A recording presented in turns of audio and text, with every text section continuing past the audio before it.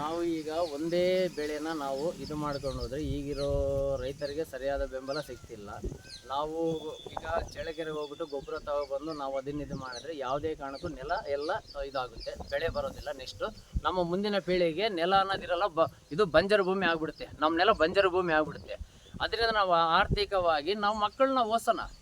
ಈಗ ಕಷ್ಟ ಇದೆ ಅಂತ ಹೇಳ್ಬಿಟ್ಟು ಮಕ್ಕಳಿಗೆ ಯಾವುದೇ ಕಾರಣಕ್ಕೂ ಈಗ ನಮ್ಮೂರಲ್ಲೂ ಶಾಲೆ ಇದೆ. ಈಗ ಇಂಗ್ಲೀಷ್ ಮೀಡಿಯಮು ಇದೆ, ನಮ್ಮೂರಲ್ಲಿ ಇಂಗ್ಲೀಷ್ ಮೀಡಿಯಮು ಆಗ್ತಿದೆ. ಈಗ ಮುಂದಿನ ವರ್ಷದಿಂದ ಸ್ಟಾರ್ಟ್ ಆಗುತ್ತೆ ಇಂಗ್ಲೀಷ್ ಮೀಡಿಯಮು. ಈಗ ಸರ್ಕಾರಿ ಶಾಲೆಯಲ್ಲಿ ಓದಿರೋ ಎಲ್ಲರೂ ಬುದ್ಧಿವಂತರಾಗಿದ್ದಾರೆ, ಪ್ರತಿಯೊಂದೂ ವ್ಯವಸ್ಥೆ ಇದೆ. ಈಗ ನನ್ನ ದೊಡ್ಡ ಮಗಳು ರಿಷ್ಕಾ ಸಾನ್ವಿ ಅಂತ ಹೇಳ್ಬಿಟ್ಟು ಈಗ ಕಿತ್ತೂರಾಣಿ ಚೆನ್ನಮ್ಮ ಇಲ್ಲಿ ರಾಯಪುರ ಮೊಳಕಾಲ್ಮೂರು ತಾಲೂಕಲ್ಲಿ ಓದ್ತಿದ್ದಾಳೆ. ಈಗ ಚಿಕ್ಕ ಮಗಳು ನೆಕ್ಸ್ಟು ಈಗ 4ನೇ ಕ್ಲಾಸ್ ಓದ್ತಿದ್ದಾಳೆ. ಈಗ 5ನೇ ಕ್ಲಾಸು ಎಕ್ಸಾಮ್ ಬರ್ಸಿ ನವೋದಯದ ಯಾವುದಾದ್ರೂ ಒಂದು ಸಿಗುತ್ತೆ. ಈಗ ಈ ಗೌರ್ಮೆಂಟ್ ಶಾಲೆ ಹೋದವರು ಯಾರೂ ದಡ್ಡರಾಗೋದಿಲ್ಲ. ಈಗ ಪ್ರತಿಯೊಂದು ಸರ್ಕಾರದಿಂದ ಪ್ರತಿಯೊಂದೂ ನಮ್ಗೆ ಹೆಲ್ಪ್ ಮಾಡ್ತಿದ್ದಾರೆ.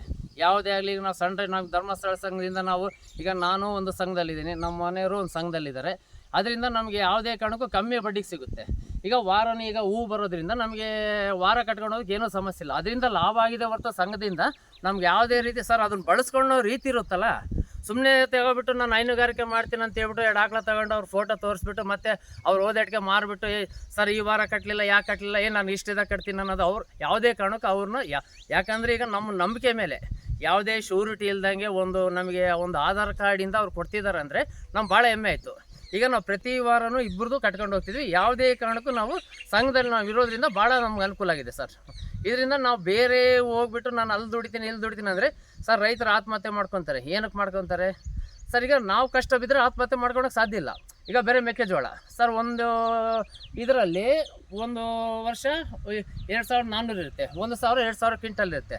ಅದೇ ನಾವು ಮಣ್ಣು ಹೊಡೆದು ಗೊಬ್ಬರ ಹೊಡೆದ್ರೆ ಯಾಕೆ ಸತ್ತು ಬರೋದಿಲ್ಲ? ಗೋಮೂತ್ರ ನಾನು ಸ್ಪ್ರೇ ಮಾಡ್ತೀನಿ ಮತ್ತು ಡ್ರಿಪ್ಪಲ್ಲಿ ಬಿಡ್ತೀನಿ. ಅದರಿಂದ ಒಳ್ಳೆ ಬೆಳೆ ಬರ್ತಿದೆ ಸರ್ ನನಗೆ. ಯಾವುದೇ ಈಗ ನಾವು ಏನು ಕೂಲಿ ಖರ್ಚು ಅದೊಂದು ಸರ್, ಅದೊಂದಿರುತ್ತೆ ನಮಗೆ. ಮೆಕ್ಕೆಜೋಳ ನಾವು ಹಸುಗೆ ಇಟ್ಕೊತೀವಿ, ಯಾಕಂದರೆ ನಾವು ಡೈರಿಯಲ್ಲಿ ಫುಡ್ ತೊಗೊತೀವಿ ಮತ್ತು ಮೆಕ್ಕೆಜೋಳನೂ ನಾವು ಯೂಸ್ ಮಾಡ್ತೀವಿ ಸರ್ ನಾವು.